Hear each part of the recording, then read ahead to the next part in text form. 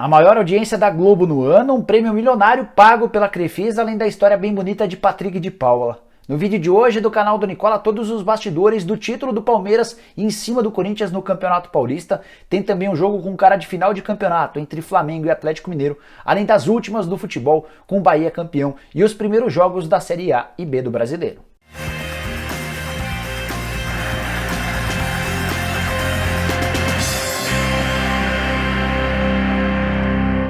E aí pessoal, eu sou o Jorge Nicola, bem-vindos a mais um vídeo do canal, ótimo domingo a todos vocês. E antes de passar todas as informações que eu havia prometido agora há pouco, tem uma dica bem legal, dá uma olhada. Graças à criação do canal do Nicola, todo dia eu tô aqui falando sobre futebol, você não tem noção de quanto é gratificante poder viver desse meio. E existem outras formas de ganhar dinheiro, mesmo se você não tiver nascido com talento para virar um jogador de futebol. E se você quiser aprender a lucrar assistindo a jogos de futebol imediatamente e absolutamente de graça, é só clicar no link da descrição desse vídeo. Aí você vai acessar o melhor canal do mundo de trade esportivo chamado Full Trader Sports. E olha que legal, se você acessar agora mesmo o canal do YouTube da Full Trade, você ainda vai ter direito, se inscrevendo por lá, a um presente surpresa. Não fique fora dessa.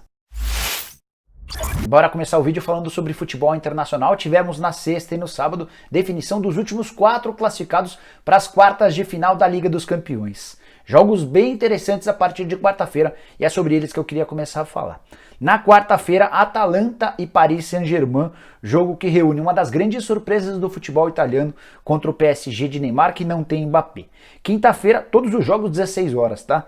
Na quinta, RB Leipzig e Atlético de Madrid, confronto com ligeiro favoritismo para o Atlético de Madrid. O vencedor desse jogo enfrenta o vencedor de Atalanta e PSG. Chegamos à sexta-feira com o maior jogo dessa rodada. De um lado o Barcelona, de outro lado o Bayern de Munique, dois fortíssimos candidatos ao título, e no sábado, fechando a fase de quartas de final, Manchester City e o surpreendente Lyon, que conseguiu eliminar a Juventus na fase anterior.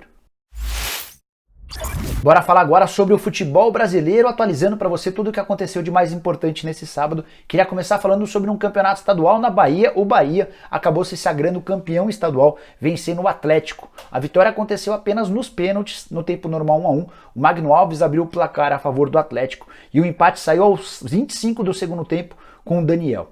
7-6 na cobrança de pênaltis e um título que serve para dar uma amenizada em cima da pressão do Roger Machado, o técnico do Bahia, bastante pressionado e criticado especialmente pelo vice-campeonato, perdendo feio as 2 partidas para o Ceará. Também no sábado o Cruzeiro estreou na Série B, vitória por 2-1, vitória bem apertada em cima do Botafogo de Ribeirão Preto, jogo em Minas Gerais. Cruzeiro havia aberto o placar aos 17 com o Kaká, o Wellington Tanque empatou para o Botafogo aos 40 do segundo tempo e o gol salvador da vitória da Raposa, a primeira vitória na Série B, foi do Jean aos 42 do segundo tempo. Dessa maneira, com 3 pontos, o Cruzeiro nesse momento aparece na tabela com menos 3 pontos.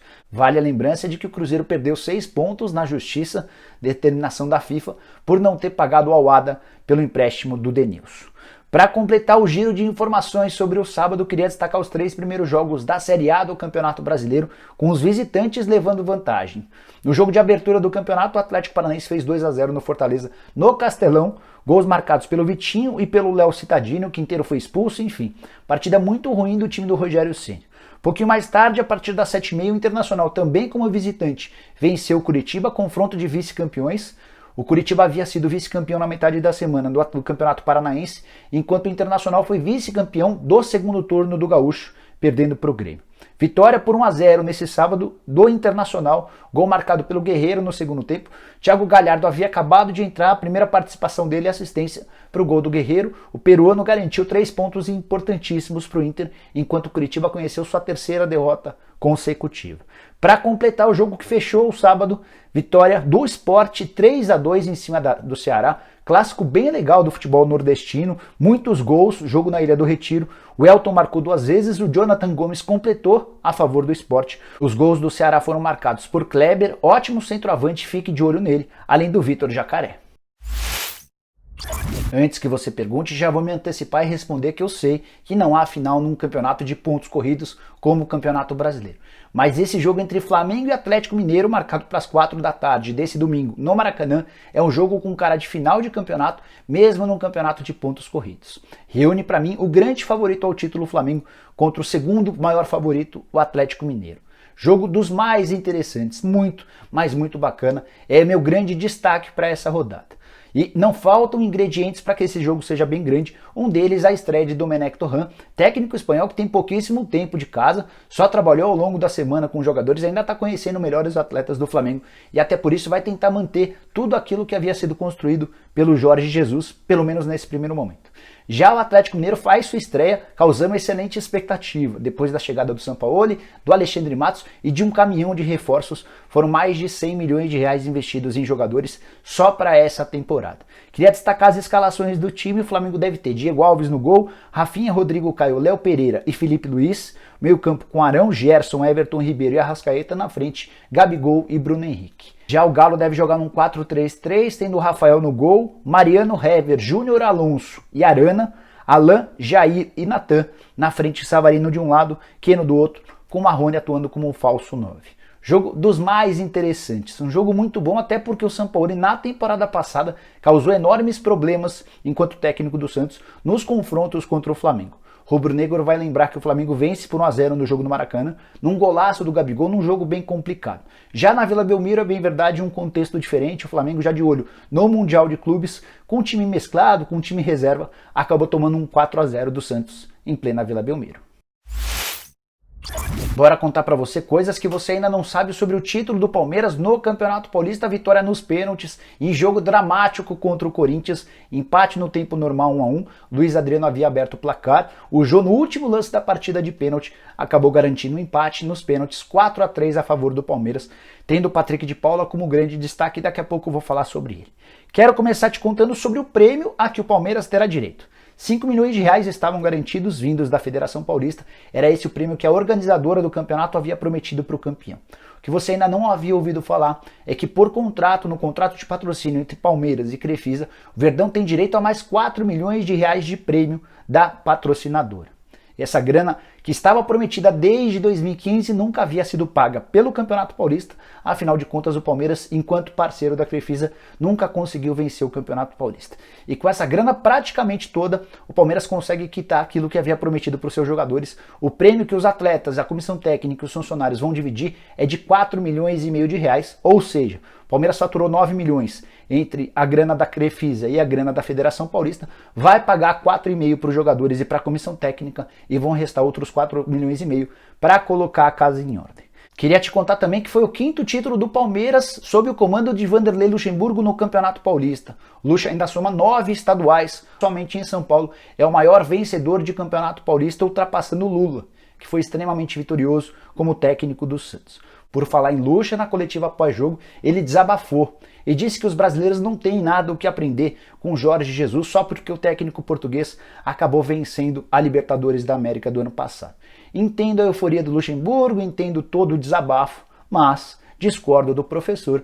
O Jorge Jesus tem bastante coisa a ensinar sim para os brasileiros e é só a gente ver como o Palmeiras penou para vencer um campeonato em que ele era favorito, em que ele tinha mais time, para entender que o Jorge Jesus sim fez um trabalho de referência no futebol brasileiro. Mudando de assunto, queria te contar a respeito de Patrick de Paula, para mim o grande protagonista dessa conquista do Palmeiras no Campeonato Paulista.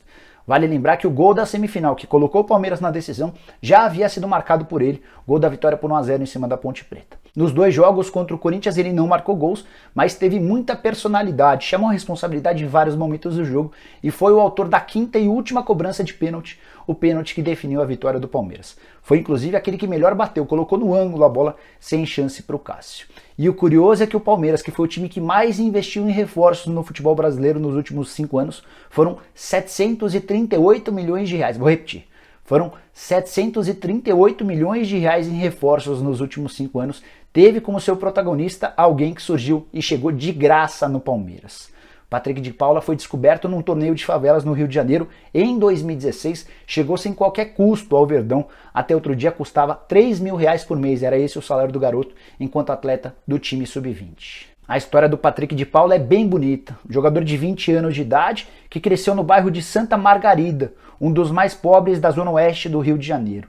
Ele jogou dos 13 aos 17 anos num time chamado Cara Virada Futebol Arte, um time de peladas que disputava esse torneio de favelas. Foi quando ele foi descoberto pelo Palmeiras, foi submetido a um teste no Verdão e acabou passando. Desde então, mesmo jogando um pouco mais recuado do que jogava no torneio de favelas, lá ele jogava como meia. Quando chegou ao Palmeiras, ele se transformou num volante. Mesmo mais recuado, ele conseguiu ser extremamente útil, 17 gols em 95 partidas pelas categorias de base. Para mim, o mais promissor dos atletas formados na base do Verdão em bastante tempo. E antes de falar sobre a audiência, só para lembrar que quem acompanha o canal do Nicola já soube com antecedência que Atlético de Madrid, Inter de Milão e Olympique de Marselha são 3 clubes que procuraram recentemente o Palmeiras para demonstrar interesse no Patrick de Paula. Ainda não há proposta oficial, mas é bem provável que depois de tudo que ele fez nas partidas finais contra o Corinthians, surja alguma coisa mais quente para ele nos próximos dias. Para fechar, queria te contar sobre a audiência, a maior audiência que a Globo teve em São Paulo desde o início do ano. 46 pontos de pico de audiência durante as cobranças de pênaltis na vitória do Palmeiras por 4-3. Durante o jogo a média foi de 34 pontos, um primeiro tempo com baixa audiência. A audiência melhorou bem no segundo tempo e teve seu ápice durante a cobrança de pênalti. Só para você entender como é que estava a televisão em São Paulo durante a cobrança dos pênaltis, 46 pontos para a Globo. A Record era a segunda colocada com apenas 2,2 pontos, o SBT aparecia com 1,9 pontos e a Gazeta e a Rede TV estavam zerados, com traço de audiência, tudo porque todos os olhos do telespectador em São Paulo estavam voltados à Globo, que teve mais de 20 pontos de média de audiência na comparação com o sábado passado, quando teve o Caldeirão do Hulk como atração do sábado à tarde. E esses 46 pontos de pico renderam à Globo a maior audiência em toda a temporada. Nem as novelas Amor de Mãe e Fina Estampa conseguiram, em seus melhores capítulos, em seus melhores episódios, bater esses 46 pontos. Ótimo resultado de audiência para um campeonato que deixou a desejar, especialmente por conta da bola. Mas, começando o Campeonato Brasileiro, estou muito curioso para saber como é que vai ser a audiência da Globo daqui para frente. Bom, pessoal, eram essas as informações que eu queria dividir com vocês no vídeo de hoje do canal do Nicola. Espero que tenham curtido o vídeo e deixem um like por aqui. Quem ainda não se inscreveu no canal do Nicola, vamos resolver esse problema agora mesmo. Só clicar no botãozinho vermelho de inscreva-se que aparece por aqui. Aproveita e aperta o sininho, porque a partir daí, toda vez que eu fizer vídeo novo ou live, tem live hoje, você passa a receber notificações. Para fechar, queria pedir para você que ainda não é membro do canal do Nicola, para apertar um botãozinho que aparece aqui embaixo escrito Seja Membro, escolhe um dos 5 planos e passe a ter direito a uma série de vantagens, como por exemplo participar do bolão do Nicola, que vai dar uma camisa oficial do seu time do coração ao vencedor, além de participar de uma liga exclusiva do Cartola, que também vai dar uma série de prêmios para quem manda bem. A gente se vê de noite. Tchau, tchau!